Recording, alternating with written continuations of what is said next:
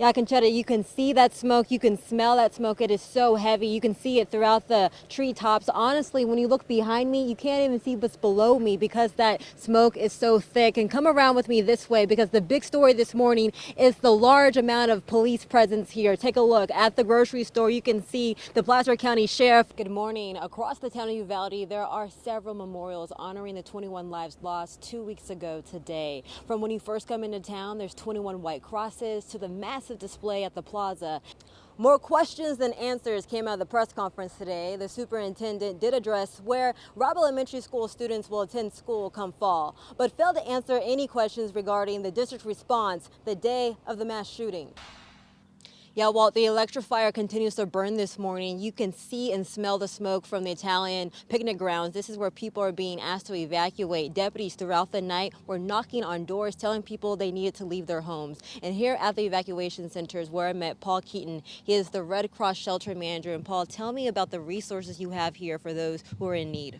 Mass and the California National Guard has been here for at least 5 days. You can see their vehicles behind me, and come around this way. You can still see that 6-foot fence wrapped around the Capitol. And then to my right over here, the National Guardmen protecting every inch of Sacramento. That protest is happening right now. Over a dozen parents and students are here protesting, demanding that 5 days a week in-person learning starts immediately now. But dozens of parents and students, like you said, were here at the district building, and this is what they left behind. Their signs taped to the walls and the doors of the district building, pleading and demanding that they reopen schools 5 days a week for in-person learning. I'm standing in the exact spot where Mario Gonzalez lived his final moments. Here's the memorial that was made in his honor. People have came here all throughout the day to show their respects, but now an outside agency is conducting an investigation into the police department on whether or not his death was a result of excessive force.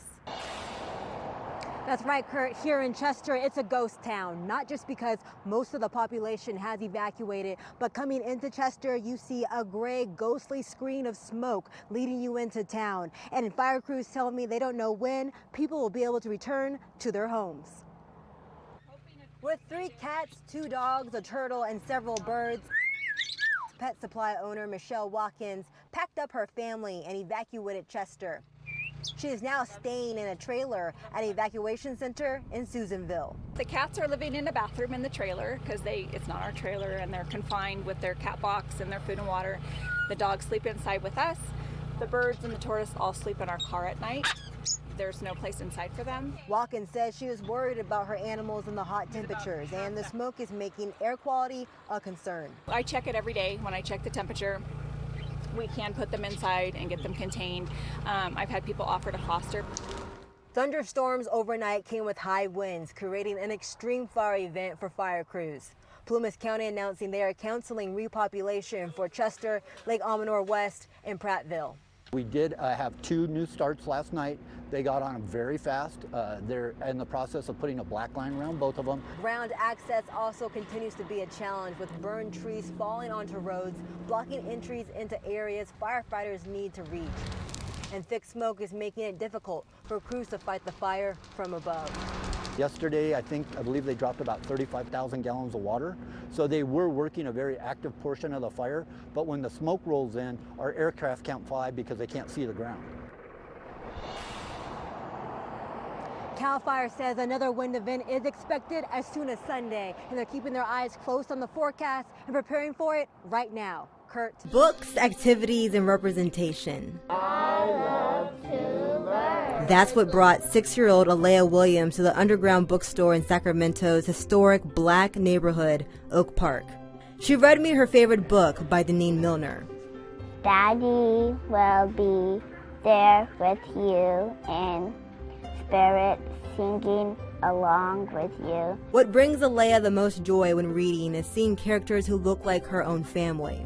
It reminds me when me and my dad used to always get us hugs, and we always spend time together. The trains on railroads. And she also showed me where she saw reflections of herself. Okay, which one do you think looks most like you? This one. Why is that? Because I'm black like her. Yeah, look like us, huh? Alea sees herself in these stories and dreams of her own possibilities. I pushed myself in the book, and my wish was to be a teacher. From one page to another, author and activist Sonia Lewis finished writing her first children's book. She hopes to add more representation of people of color in literature for kids like Alea. Lewis grew up in the Bay Area and moved to Sacramento in 1985. When we arrived in the Meadowview community. I attended Luther Burbank High School. When Lewis went off to college, she said she vowed to never come back to Sacramento because of the disparities she witnessed growing up, such as young black women being involved in gangs, drugs, or were teen moms. And it took me several years being away from Sacramento to realize my community needs me and my voice is representative of this community. Representation that Lewis says is important in all spaces for young black children, which led her to write Monsters and Aliens. Imagine a world where young people don't have to heal from their childhood. And so what is that voice you wish they heard? What is that thing that you experienced that you wish you could have spoke, right? But you were scared to. And so that's Monsters and Aliens. The book is written from the perspective of Lewis at 7 years old and her struggles with understanding the awful injustice of black people in America. Lewis recalls when her cousin was gunned down by police. He was literally walking away in the middle of the street in his underwear. No weapon, but because he was defiant and not paying attention, he was shot in the back. And so listening to that as a young child, I think I internalized those things. And I was like, we had just had a lesson on the Statue of Liberty.